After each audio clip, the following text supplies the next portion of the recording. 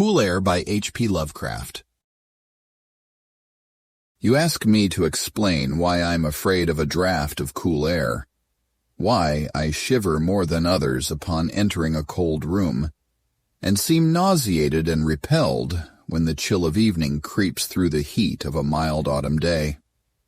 There are those who say I respond to cold as others do to a bad odor, and I am the last to deny the impression.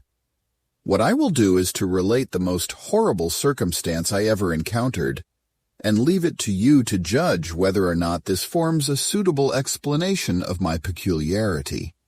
It is a mistake to fancy that horror is associated inextricably with darkness, silence, and solitude. I found it in the glare of mid-afternoon, in the clangor of a metropolis, and in the teeming midst of a shabby and commonplace rooming house, with a prosaic landlady and two stalwart men by my side. In the spring of 1923, I had secured some dreary and unprofitable magazine work in the city of New York, and being unable to pay any substantial rent, began drifting from one cheap boarding establishment to another in search of a room which might combine the qualities of decent cleanliness, endurable furnishings, and very reasonable price. It soon developed that I had only a choice between different evils, but after a time I came upon a house in West 14th Street which disgusted me much less than the others I had sampled. The place was a 4-story mansion of brownstone, dating apparently from the late 40s, and fitted with woodwork and marble whose stained and sullied splendor argued a descent from high levels of tasteful opulence. In the rooms, large and lofty and decorated with impossible paper and ridiculously ornate stucco cornices, there lingered a depressing mustiness and hint of obscure cookery. But the floors were clean, the linen tolerably regular, and the hot water not too often cold or turned off, so that I came to regard it as at least a bearable place to hibernate till one might really live again. The landlady, a slatternly, almost bearded Spanish woman named Herrero, did not annoy me with gossip or with criticisms of the late-burning electric light in my third-floor front hall room, and my fellow lodgers were as quiet and uncommunicative as one might desire, being mostly Spaniards a little above the coarsest and crudest grade. Only the din of streetcars in the thoroughfare below proved a serious annoyance. I had been there about 3 weeks when the first odd incident occurred. One evening at about 8, I heard a spattering on the floor and became suddenly aware that I had been smelling the pungent odor of ammonia for some time.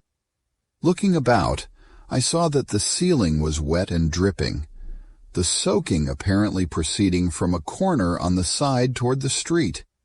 Anxious to stop the matter at its source, I hastened to the basement to tell the landlady, and was assured by her that the trouble would quickly be set right. "Dr. Munoz," she cried as she rushed upstairs ahead of me, "he have spill his chemicals.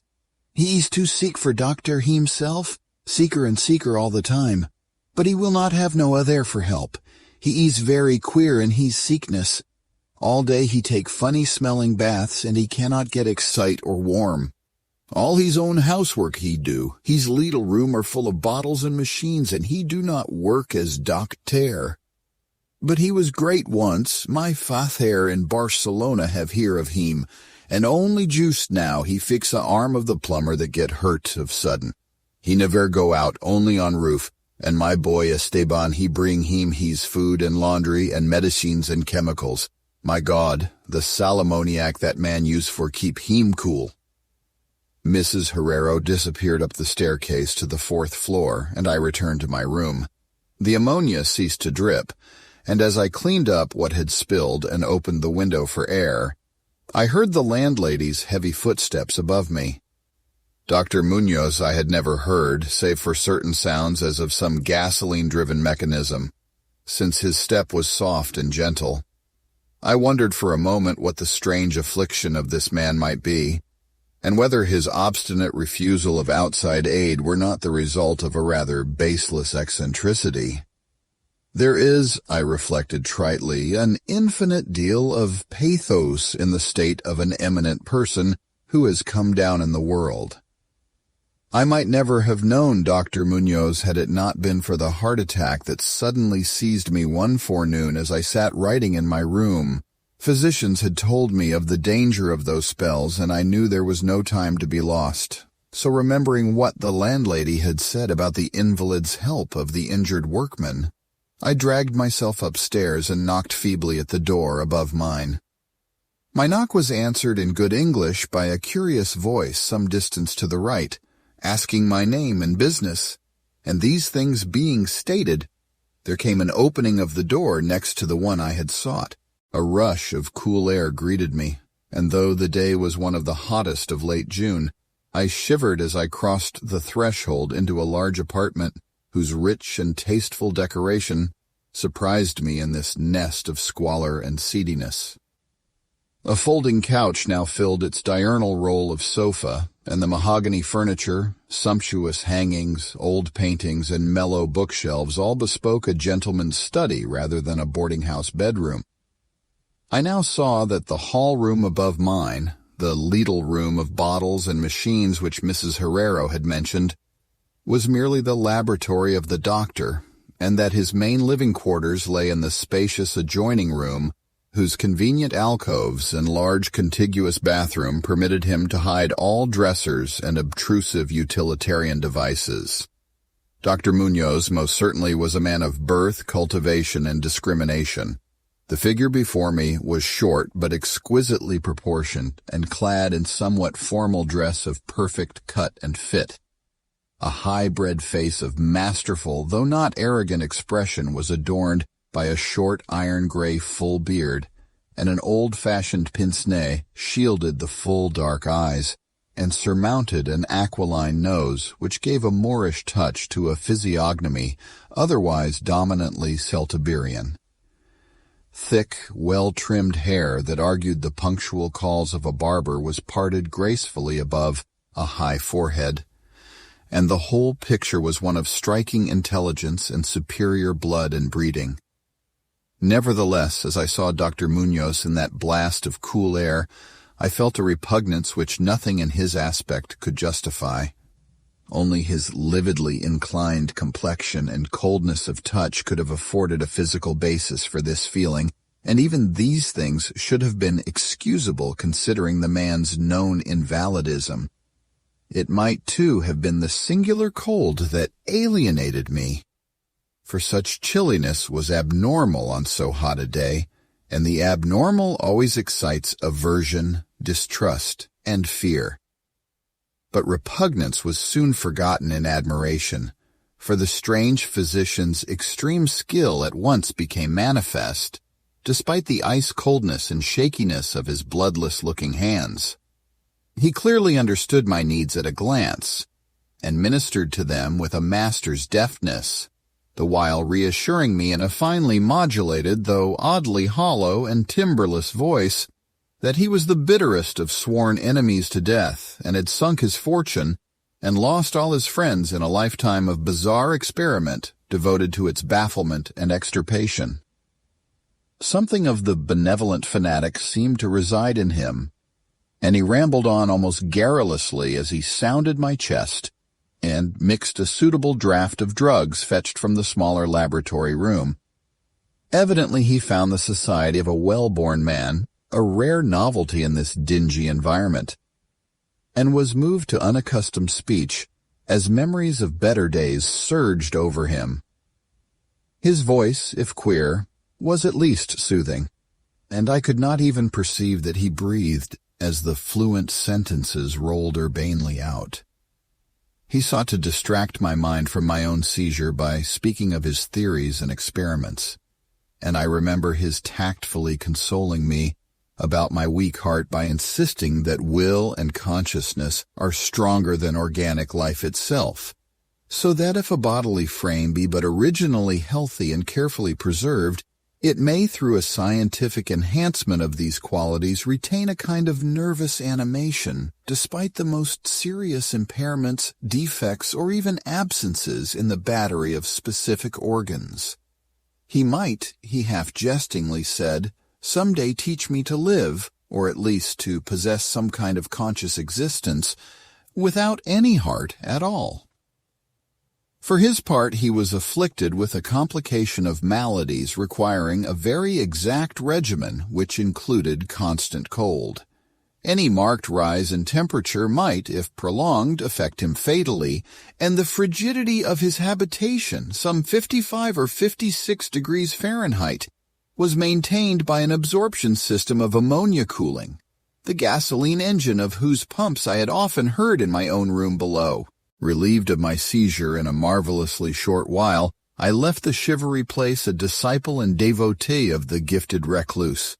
After that, I paid him frequent overcoated calls, listening while he told of secret researches and almost ghastly results, and trembling a bit when I examined the unconventional and astonishingly ancient volumes on his shelves.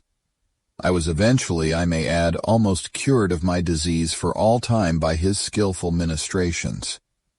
It seems that he did not scorn the incantations of the medievalists, since he believed these cryptic formulae to contain rare psychological stimuli, which might conceivably have singular effects on the substance of a nervous system from which organic pulsations had fled. I was touched by his account of the aged Dr. Torres of Valencia, who had shared his earlier experiments with him through the great illness of 18 years before, whence his present disorders proceeded. No sooner had the venerable practitioner saved his colleague than he himself succumbed to the grim enemy he had fought. Perhaps the strain had been too great, for Dr. Munoz made it whisperingly clear, though not in detail, that the methods of healing had been most extraordinary, involving scenes and processes not welcomed by elderly and conservative Galens.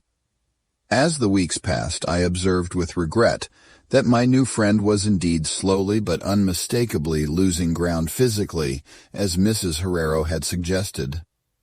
The livid aspect of his countenance was intensified, his voice became more hollow and indistinct, his muscular motions were less perfectly coordinated, and his mind and will displayed less resilience and initiative. Of this sad change he seemed by no means unaware, and little by little his expression and conversation both took on a gruesome irony which restored in me something of the subtle repulsion I had originally felt. He developed strange caprices, acquiring a fondness for exotic spices and Egyptian incense till his room smelled like the vault of a sepulchred pharaoh in the Valley of Kings. At the same time, his demands for cold air increased, and with my aid he amplified the ammonia piping of his room and modified the pumps and feed of his refrigerating machine till he could keep the temperature as low as 34 dig or 40 dig and finally even 28 dig. The bathroom and laboratory, of course, being less chilled, in order that water might not freeze, and that chemical processes might not be impeded. The tenant adjoining him complained of the icy air from around the connecting door, so I helped him fit heavy hangings to obviate the difficulty. A kind of growing horror of outre and morbid cast seemed to possess him. He talked of death incessantly, but laughed hollowly when such things as burial or funeral arrangements were gently suggested. All in all, he became a disconcerting and even gruesome companion. Yet in my gratitude for his healing, I could not well abandon him to the strangers around him, and was careful to dust his room and attend to his needs each day, muffled in a heavy ulster which I bought especially for the purpose. I likewise did much of his shopping, and gasped in bafflement at some of the chemicals he ordered from druggists and laboratory supply houses. An increasing and unexplained atmosphere of panic seemed to rise around his apartment. The whole house, as I have said, had a musty odor, but the smell in his room was worse, and in spite of all the spices and incense, and the pungent chemicals of the now incessant baths which he insisted on taking unaided, I perceived that it must be connected with his ailment, and shuddered when I reflected on what that ailment might be. Mrs. Herrero crossed herself when she looked at him, and gave him up unreservedly to me, not even letting her son Esteban continue to run errands for him. When I suggested other physicians, the sufferer would fly into as much of a rage as he seemed to dare to entertain. He evidently feared the physical effect of violent emotion, yet his will and driving force waxed rather than waned, and he refused to be confined to his bed. The lassitude of his earlier ill days gave place to a return of his fiery purpose, so that he seemed about to hurl defiance at the death demon, even as that ancient enemy seized him. The pretense of eating, always curiously like a formality with him, he virtually abandoned, and mental power alone appeared to keep him from total collapse. He acquired a habit of writing long documents of some sort, which he carefully sealed and filled with injunctions that I transmit them after his death to certain persons whom he named, for the most part lettered East Indians, but including a once celebrated French physician now generally thought dead, and about whom the most inconceivable things had been whispered. As it happened, I burned all these papers undelivered and unopened. His aspect and voice became utterly frightful, and his presence almost unbearable. One September day, an unexpected glimpse of him induced an epileptic fit in a man who had come to repair his electric desk lamp, a fit for which he prescribed effectively whilst keeping himself well out of sight. That man, oddly enough, had been through the terrors of the Great War without having incurred any fright so thorough. Then, in the middle of October, the horror of horrors came with stupefying suddenness. One night about 11, the pump of the refrigerating machine broke down, so that within 3 hours, the process of ammonia cooling became impossible. Dr. Munoz summoned me by thumping on the floor, and I worked desperately to repair the injury, while my host cursed in a tone whose lifeless, rattling hollowness surpassed description. My amateur efforts, however, proved of no use, and when I had brought in a mechanic from a neighboring all-night garage, we learned that nothing could be done till morning, when a new piston would have to be obtained. The moribund hermit's rage and fear, swelling to grotesque proportions, seemed likely to shatter what remained of his failing physique, and once a spasm caused him to clap his hands to his eyes and rush into the bathroom. He groped his way out with face tightly bandaged, and I never saw his eyes again. The frigidity of the apartment was now sensibly diminishing, and at about 5 a.m. the doctor retired to the bathroom, commanding me to keep him supplied with all the ice I could obtain at all-night drug stores and cafeterias. As I would return from my sometimes discouraging trips and lay my spoils before the closed bathroom door, I could hear a restless splashing within and a thick voice croaking out the order for more. At length a warm day broke and the shops opened one by one. I asked Esteban either to help with the ice fetching whilst I obtained the pump piston, or to order the piston while I continued with the ice, but instructed by his mother, he absolutely refused. Finally, I hired a seedy-looking loafer, whom I encountered on the corner of 8th Avenue to keep the patient supplied with ice from a little shop where I introduced him, and applied myself diligently to the task of finding a pump piston and engaging workmen competent to install it. The task seemed interminable, and I raged almost as violently as the hermit when I saw the hours slipping by in a breathless, foodless round of vain telephoning and a hectic quest from place to place, hither and thither by subway and surface car. About noon I encountered a suitable supply house far downtown, and at approximately 1:30 p.m. arrived at my boarding place with the necessary paraphernalia and 2 sturdy and intelligent mechanics. I had done all I could and hoped I was in time. Black terror, however, had preceded me. The house was in utter turmoil, and above the chatter of awed voices I heard a man praying in a deep basso. Fiendish things were in the air, and lodgers told over the beads of their rosaries as they caught the odor from beneath the doctor's closed door. The lounger I had hired, it seems, had fled screaming and mad-eyed not long after his second delivery of ice, perhaps as a result of excessive curiosity. He could not, of course, have locked the door behind him, yet it was now fastened, presumably from the inside. There was no sound within, save a nameless sort of slow, thick dripping. Briefly consulting with Mrs. Herrero and the workmen, despite a fear that gnawed my inmost soul, I advised the breaking down of the door. But the landlady found a way to turn the key from the outside with some wire device. We had previously opened the doors of all the other rooms on that hall and flung all the windows to the very top. Now, noses protected by handkerchiefs, we tremblingly invaded the accursed south room, which blazed with the warm sun of early afternoon. A kind of dark, slimy trail led from the open bathroom door to the hall door, and thence to the desk, where a terrible little pool had accumulated. Something was scrawled there in pencil in an awful, blind hand on a piece of paper hideously smeared as though by the very claws that traced the hurried last words. Then the trail led to the couch and ended unutterably. What was or had been on the couch I cannot and dare not say here. But this is what I shiveringly puzzled out on the stickily smeared paper before I drew a match and burned it to a crisp. What I puzzled out in terror as the landlady and two mechanics rushed frantically from that hellish place to babble their incoherent stories at the nearest police station. The nauseous words seemed well-nigh incredible in that yellow sunlight, with the clatter of cars and motor trucks ascending clamorously from crowded 14th Street. Yet I confess that I believed them then.